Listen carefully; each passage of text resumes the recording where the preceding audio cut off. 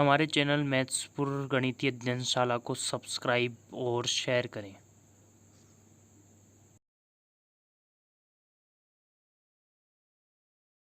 Hello friends, once more I am with you my self Dipendra Singh.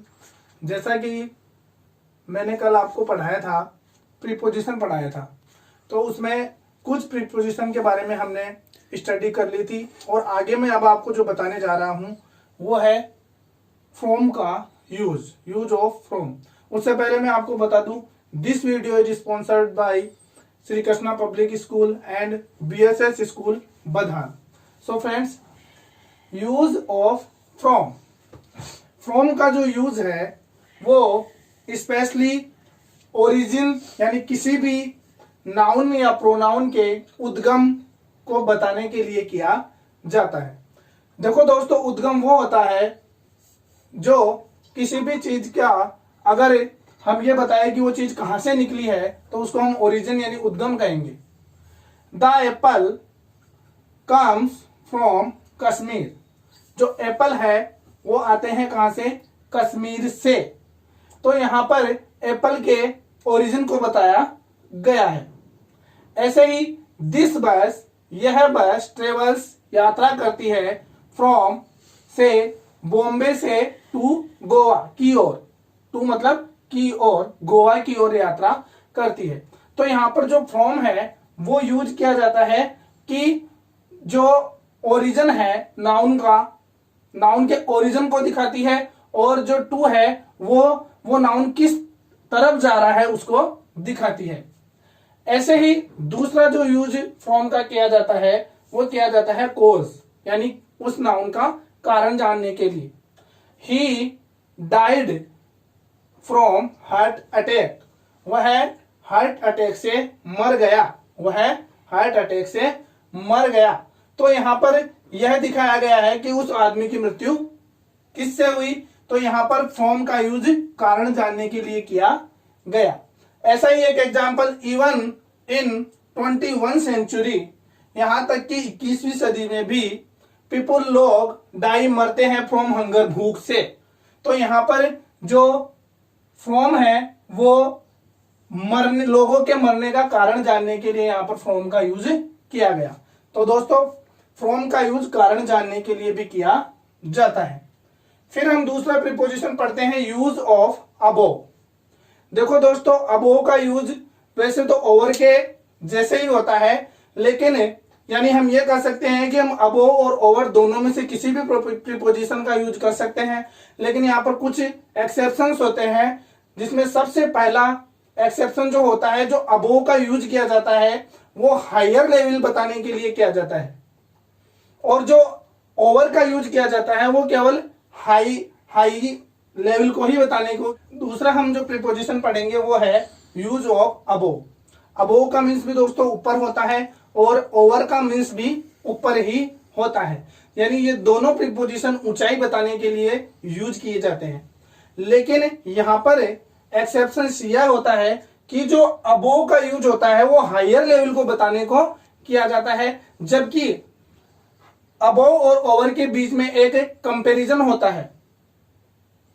For example, his house is situated, उसका घर स्थित है, above the C level, समुद्र तल से ऊपर। यानी अबोव का यूज ऊपर से भी ऊपर को दिखाने के लिए अबोव का यूज किया जाता है, लेकिन जो ओवर का यूज है वो केवल ऊंचाई को दिखाने के लिए ही किया जाता है।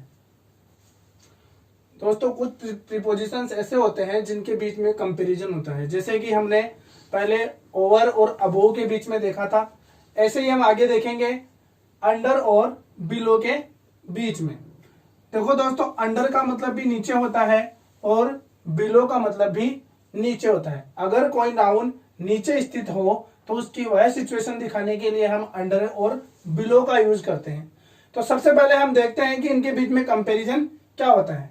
देखो, अंडर जो होता है वो हमेशा जब कोई नाउन नीचे स्थित होता है तो वह एक जगह को कवर करता है, लेकिन जो बिलो होता है वो किसी भी जगह को कवर नहीं करता है। फॉर एग्जाम्पल, मैंने यहां पर दिखाने की कोशिश की है कि एक टेबल है, इसके नीचे एक कैट बैठी है।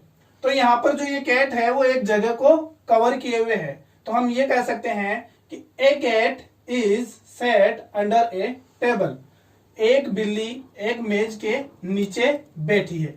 यहाँ पर हम ये दिखा रहे हैं कि ये जो बिल्ली है वो इस टेबल के नीचे वाली जगह को कवर किए हुए है।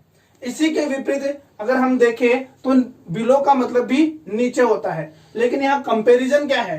कंपैरिजन ये है कि यहाँ पर ये किसी भी जगह को कवर नहीं करती है। देखो यहाँ पर मैंने एक एग्जाम्पल दिया है, there was a big box below the painting.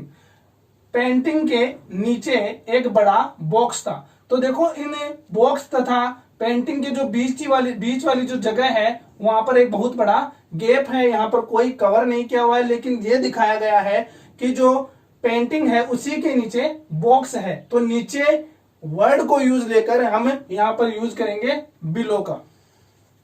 उसके बाद जो हम प्रीपोजिशन देखेंगे वो है इन। तो दोस्तों इन का यूज जो किया जाता है वो पीरियड ऑफ टाइम के लिए किया जाता है, समय अंतराल के लिए किया जाता है। आई गेट अप, मैं उठता हूं अर्ली इन द मॉर्निंग, सुबह जल्दी उठता है। तो यहाँ पर पूरा इंस्टेंट टाइम बताने के बजाय केवल ये बताया गया है कि वह सुबह जल्दी उठता है। लेकिन अगर यहाँ पर केवल टाइम बताया जाता, फिक्स टाइम बताया जाता, तो यहाँ पर किसी और प्रीपोजिशन का यूज किया जाता, वो हम आगे देखेंगे।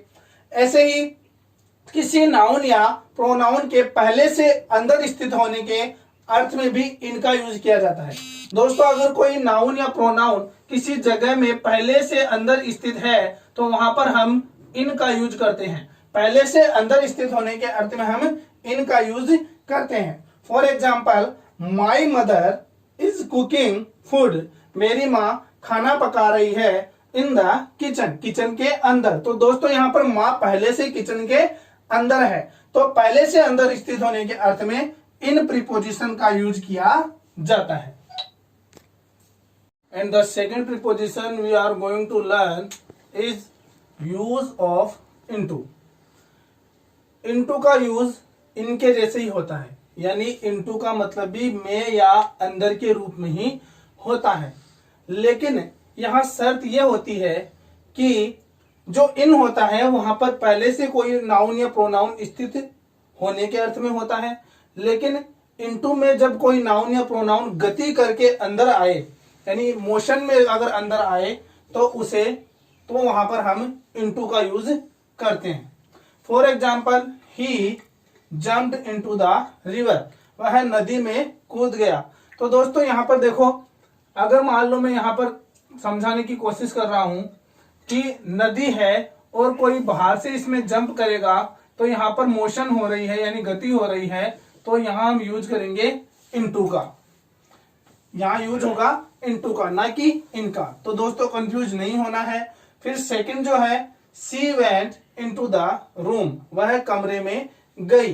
तो यहाँ पर कमरे में जाने में भी गति हो रही है, वह पहले से अंदर स्थित नहीं है, इसलिए यहाँ पर इनटू का यूज हुआ।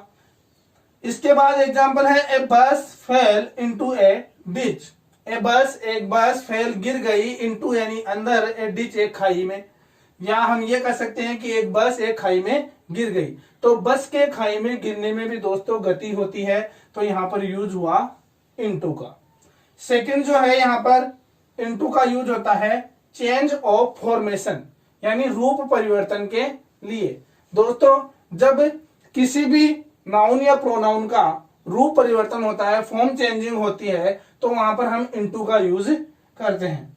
जैसा कि सबसे अच्छा वेल नोन जो एग्जाम्पल है वो हम देखते आ रहे हैं, ट्रांसलेट द फॉलोइंग सेंटेंस, दिए गए वाक्य को बदलिए इनटू इंग्लिश, अंग्रेजी में।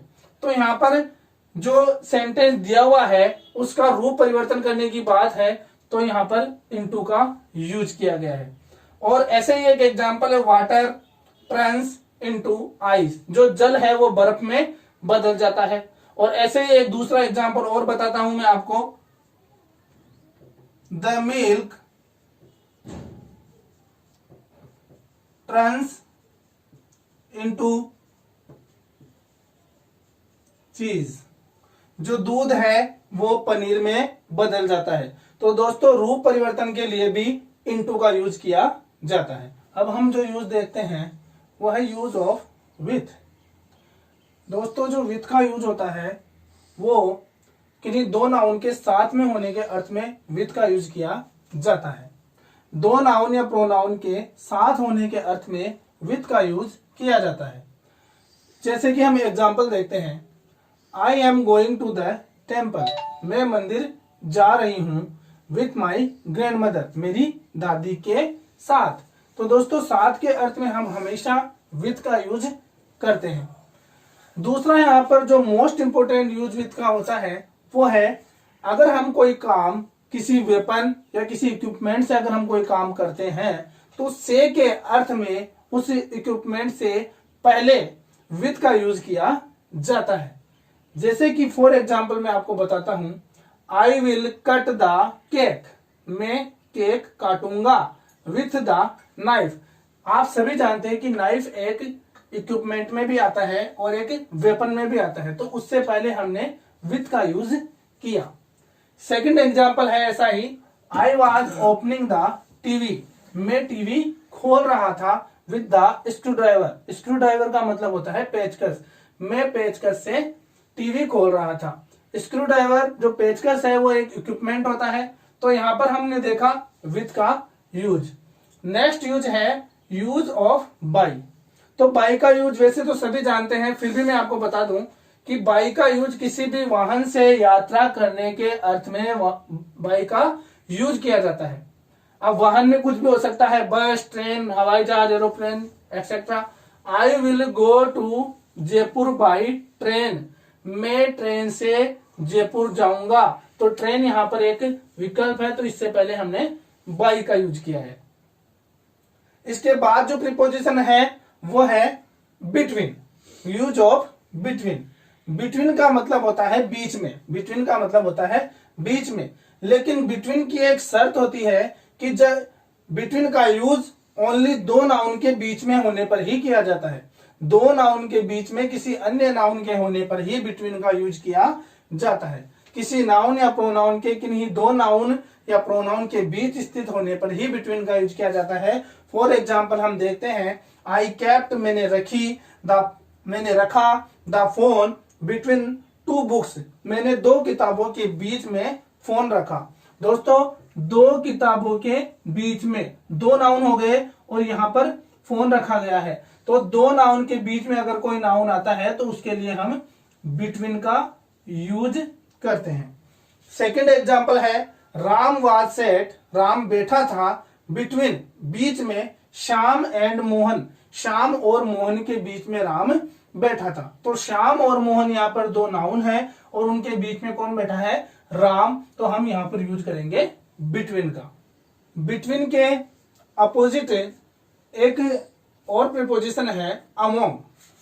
दोस्तों अमोंग का भी मतलब बीच या के बीच से ही लिया जाता है, लेकिन यहाँ कंडीशन यह होती है कि बिटवीन का जो यूज है वो दो नाउन के बीच में किसी नाउन के होने पर किया जाता है, लेकिन अमोंग का यूज दो से अधिक, अब दो से अधिक कितने भी हो सकते हैं, उनके बीच में अगर कोई नाउन है तो वहां अमंग का यूज किया जाता है। For example, I was among the 50 people, I was among, मैं बीच में था, द 50 पीपल, 50 लोगों के बीच में था। तो यहाँ दो से अधिक संख्या बताई गई है, तो यहाँ पर हम अमंग का यूज करेंगे।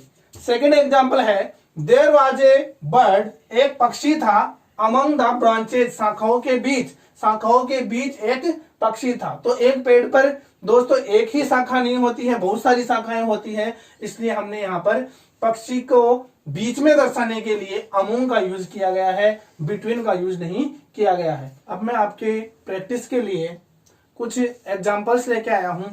आई होप अगर आपने मेरे वीडियो को अच्छे से समझा है, देखा है, तो आप इसे अच्छे से सोल्व कर सकते हैं।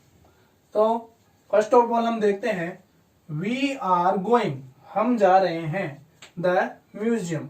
तो दोस्तों अगर आपने प्रीपोजिशन ध्यान से पढ़े हैं तो यहाँ पर डायरेक्शन बताई जा रही है, डायरेक्शन बताई जा रही है कि हम किस तरफ जा रहे हैं। तो किस तरफ जा रहे हैं, म्यूजियम की तरफ। तो हम यहाँ पर डायरेक्शन के लिए जो हम यूज लेते हैं प्रीपोजिशन वो है नेक्स्ट एग्जाम्पल है आई हैव गोट सरप्राइज, मुझे सरप्राइज मिला। माई फ्रेंड्स, तो यहां पर ओरिजिन बताने के लिए पूछा जा रहा है कि सरप्राइज किससे मिला, सरप्राइज किससे मिला। तो ओरिजिन बताने के लिए, उद्गम बताने के लिए हम यूज किस प्रीपोजिशन का करते हैं, फ्रॉम का।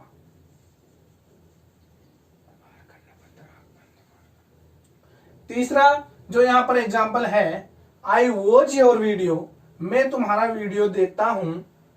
लर्न इंग्लिश, तो यहां पर पर्पस बताने के लिए, तो आप खुद देखिए कि इसमें किस लिए बताया जा रहा है। तो यहां पर पर्पस बताने के लिए प्रीपोजिशन का यूज किया जाएगा।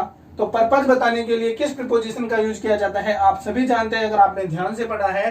तो पर्पस बताने के लिए प्रीपोजिशन का यूज किया जाता है टू का। आई वॉच योर वीडियो, मैं तुम्हारा वीडियो देखता हूं। टू लर्न इंग्लिश, अंग्रेजी सीखने के लिए। नेक्स्ट प्रीपोजिशन है, नेक्स्ट एग्जांपल है why are you hiding your bag, तुम अपना बैग क्यों छिपा रहे हो। द टेबल, तो आप सभी को पता है अगर कोई चीज छिपाई जाती है तो वो नीचे छिपाई जाती है, न कि सभी के सामने। तो यहां पर यूज किया जाएगा अंडर का, अंडर द टेबल। नेक्स्ट है you could have saved him, तुम उसे बचा सकते थे। हार्ट अटैक, तो यहां पर दोस्तों पूछा जा रहा है कोज, किससे बचा सकते थे। तो कोज बताने के लिए, कारण बताने के लिए हम जिस प्रीपोजिशन का यूज करते हैं वो है from. You could have saved him, तुम उसे बचा सकते थे from heart attack, heart attack से। नेक्स्ट है द हर्मिट, हर्मिट का मीन्स होता है सन्यासी। वाज डिगिंग, खोद रहा था। ए डिग, एक गड्ढा खोद रहा था। द स्पेड, तो स्पेड, तो यहां पर सीधा ध्यान हमें यहां लगाना है कि यहां पर किस चीज का यूज किया गया है। तो यहां पर यूज किया गया है इक्विपमेंट, यानी किसी औजार का। स्पेड का मतलब होता है फावड़ा या कुदाली। तो यहां जब इक्विपमेंट का नाम आ गया तो हम डायरेक्ट करेंगे विथ। इसके बाद है आई पुट माई बैग, मैंने अपना बैग रखा, मैंने अपना बैग रखा। द टेबल, तो टेबल के ऊपर, तो यहां पर यूज करेंगे हम ऑन का। नेक्स्ट है आई हैड एन अम्ब्रेला, मेरे पास एक अम्ब्रेला यानी एक छाता था। माई हैड, तो यहां कंफ्यूज नहीं होना है, ओन यानी भी ऊपर होता है और ओवर यानी भी ऊपर होता है। लेकिन ओन का यूज दोस्तों मैंने बताया था कि ओन का यूज जब दोनों नाउन या प्रोनाउन की जो सरफेस है वो आपस में छूती हुई हो तब किया जाता है। जबकि यहां पर अम्ब्रेला का नाम आया है, तो अम्ब्रेला हमेशा हमारे सिर के ऊपर ही रहता है, दोनों की सतह आपस में नहीं छूती है। तो यहां पर हम ओन का यूज ना करके हम यूज करेंगे ओवर का। तो आई होप आप सब अच्छे से समझ चुके होंगे। Thank you.